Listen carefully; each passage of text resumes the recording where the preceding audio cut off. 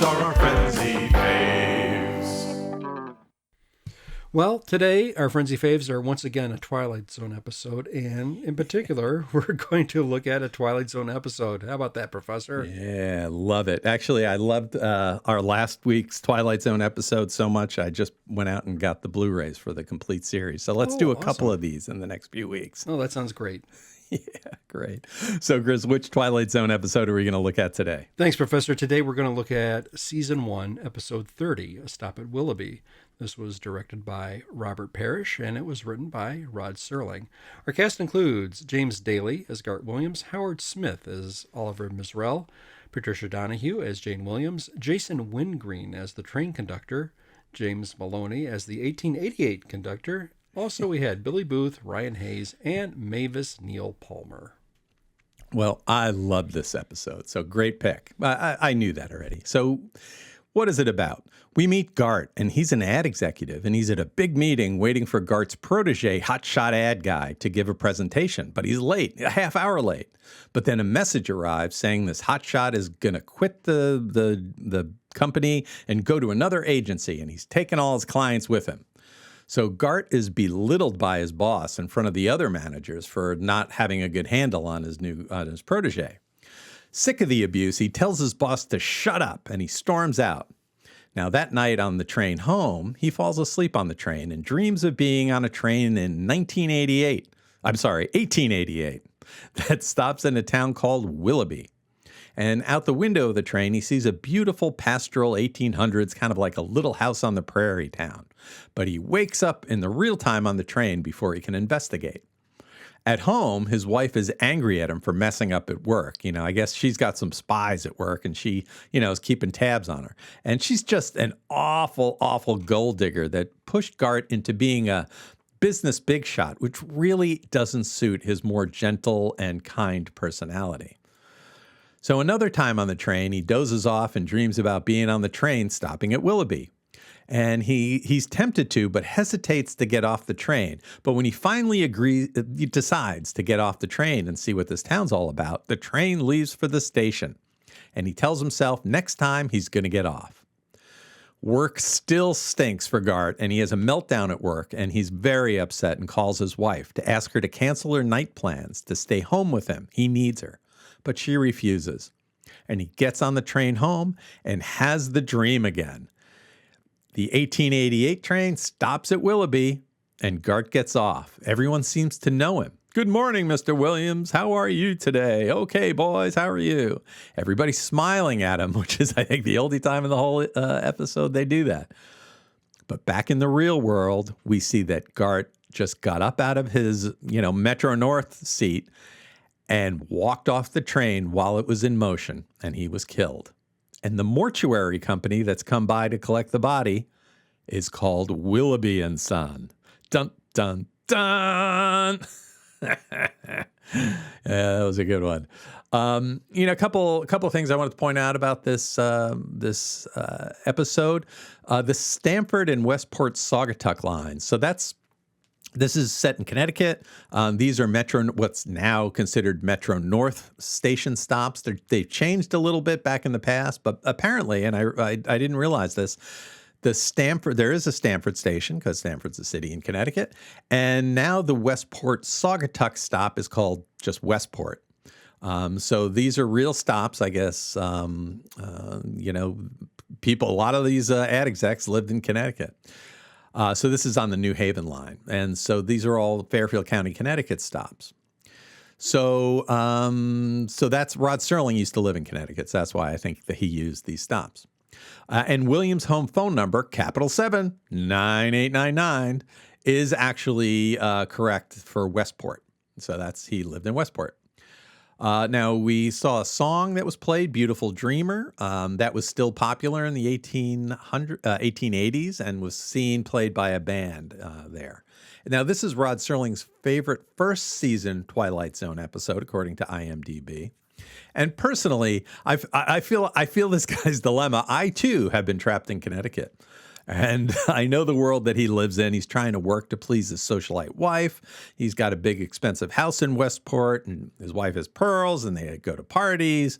But this isn't the life he wants to lead. This is like the sequel to Mr. Blandings Builds His Dream House, where everything is so nice while he's building his house, but life turns out to be horrible in this case. And I really hope Connecticut doesn't do to Myrna Loy what it did to Jane Williams here. It's a great episode, classic Twilight Zone twist. The one thing I wanted to talk to you about, Chris, is how you feel about, are Gart's dreams just psychological way for him to deal with his situation and maybe even to help him commit suicide due to his failing career and just awful marriage? Creating this perfect, safe place and comfortable place to go in his mind, and then, it causes him to walk off the train? Or are his dreams really from an alternative realm that are beckoning to a better life that he truly deserves? Or it could be an insidious trap to keep a weak soul bound in some kind of purgatory. We get no answers. Serling gives us no answers, and that's just how I like it. But I'm interested to see what you think about that, Chris. Thanks, Prof. Yeah, I'm kind of inclined to think the middle choice there. I'd like to think that each of us, in his or her own way, has their own version of Willoughby, be it an idyllic type of place, a place that is certainly stress-free, certainly has a place that moves at your own pace, however it is suited to you. It doesn't necessarily have to be pastoral or at the dawn of the electric age in the United States. It could be a little more contemporary, but I like to think people have something that's in their head that's a little more suited to them, a little more quiet, a little more slower, a little more less prioritized with respect to money, maybe a little bit of a less electronic age with respect to something with social media, or whatever it is. It could be different for whatever reason for each in respect to the individual. And I think Gart was essentially trapped in his dream, and he thought, you bring up a good point, because it's something I didn't necessarily want to consider, because at the end, I know Gart's happy and he's in his own Willoughby, but that said, did he literally mean to take his own life? I don't know. I think the world was just running too fast, like the narration said, and he just wanted to get off for whatever reason. I don't think Gart did this necessarily willingly in his present state of consciousness, but there was a point, though, all throughout the show.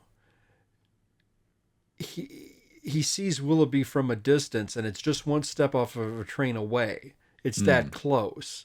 And you as a viewer are watching this thinking, okay, now is he going to go into Willoughby? And if so, what happens to him on the real train, and is he going to lose his life? And you wonder if what's happening to you as a viewer, what's happening, it's going to happen to him, because he's toying with the idea, hey, next time, maybe I'll get off and look around Willoughby and see if this is for me. And you're kind of rooting for him. I don't think there was anything done with the intent of a lapse in sanity. I don't think there was anything that he did. The action that he made was an unconscious one, where his literal form gets off the train. But I think his actual mind is in a different place. So I'll just leave it there with respect to that. And I'm kind of in the middle with the options that you submitted. Okay, it's an interesting episode, and my thoughts are this with my notes. As seemingly with all the Twilight Zone actors, James Daly I thought was perfectly cast as Gart Williams, and he really delivers a sensitive and a very sympathetic performance.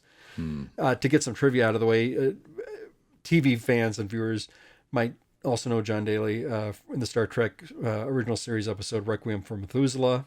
And if you watched some TV back in the 70s, you saw him as the co-lead on the CBS show Medical Center, TV show that ran for 7 seasons. And he did that with Chad Everett. You also see Jason Wingreen in this one. He was the train conductor. Viewers might know him as Harry the bartender from Archie Bunker's Place. So, Yep. Familiar actor. You see him pop up. He's a good that guy. I really want to applaud the writing on this show too, because you got some great opening narration, and you just in the opening scene where you see just the tension in this boardroom, and you see this meeting go bad for poor Gart and what's going on here, and you in a short amount of time you get to know the character, and you get the opening narration where it says, "This is Gart Williams, age 38, a man protected by a suit of armor, all held together by one bolt. Just a moment ago, someone removed the bolt, and Mr. Williams' protection fell away from him and left him a naked target. He's been cannonaded this afternoon by all the enemies of his life. His insecurity has shelled him. His sensitivity has straddled him with humiliation. His deep-rooted disquiet about his own world has zeroed in on him, landed on the target, and blown him apart. Mr. Gart Williams, ad agency exec who, in just a moment, will move into the Twilight Zone in a desperate search for survival." Wow. I mean, immediately, as even as a kid, when I first saw this, I was immediately captivated and drawn into this episode. And I have to, chef's kiss. I think it was just brilliantly with the way it's executed. And it's just classic. One of the things that stands out to me, too, is even when you look out the window, you see this big cityscape scene that just looks almost too perfect a little bit there. But it's a nice touch. I like how the way it was drawn up. I really like that we can relate to Gart just in the opening moments, and I think a lot of people can relate to Gart on some level. Mm-hmm. I have to say, when I was a little kid when I watched this, though, this episode scared me a little bit, not in the like a monster sense, but I looked at this and I thought to myself, man, adulting really appears to suck. And if I get old, is this what I'm going to be in for? But as you grow, I think maybe you're at a workplace, or maybe even when you were a kid in school, you might have seen someone give a presentation in front of a boss, in front of a teacher, in front of a big executive, and it just goes bad. It's like when they open a pouch and in the presentation that they thought they had with them isn't there. Or something out of their hands happens where there's a technology foul up, where something... the meeting goes wrong, you lose the slides or whatever shoots the presentation, and then you're left to kill the minutes, and it just goes bad in front of a big group of people. I think people can relate to that. Now, as Robin, the mascot of our show, points out, yes, she brought up a good point. Gart's wife is very unsympathetic to his plight. She's unlikable. To me, she's reminiscent of Burgess Meredith's wife in a Twilight Zone episode called Time Enough at Last.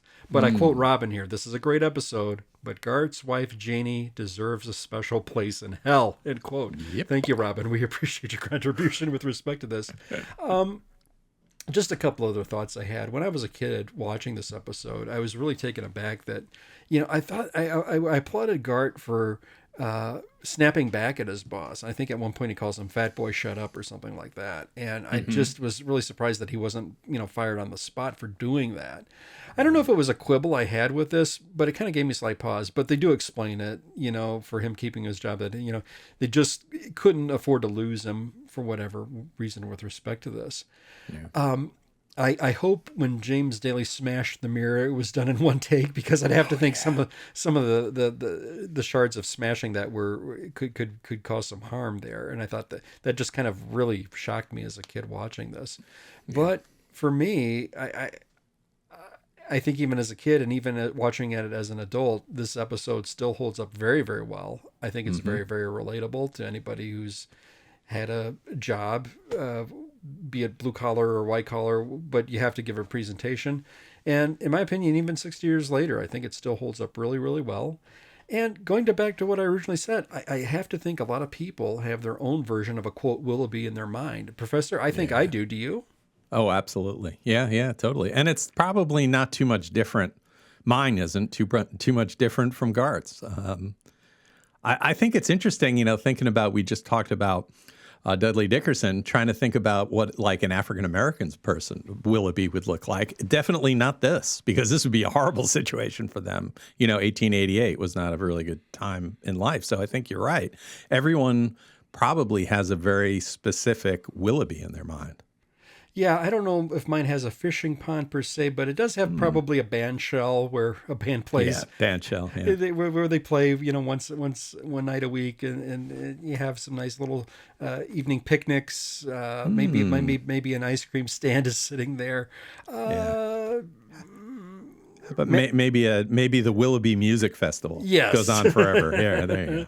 A manageable job, where you put in a productive day, but you don't have to move so fast. You don't have to have excessive demands, impossible quotas, things of that nature. Yeah, I think that's pretty cool. People still make comic books though in my Willoughby. And Absolutely. I still read the comic books. I still read my Mad magazines. That's still in my Willoughby. But people reading a newspaper, I think, would be in my Willoughby, where they have like funnies, the comic section, because you don't see many newspapers nowadays, and people reading a lot more magazines and newspapers in my version of Willoughby, I think. Well, that sounds good to me. Sounds good to me. Books. Yeah, and music and definitely. It's all good. All good. So this is one of our favorite Twilight Zone episodes. Not just another Tom, Dick, or Dave. These are our friends he made.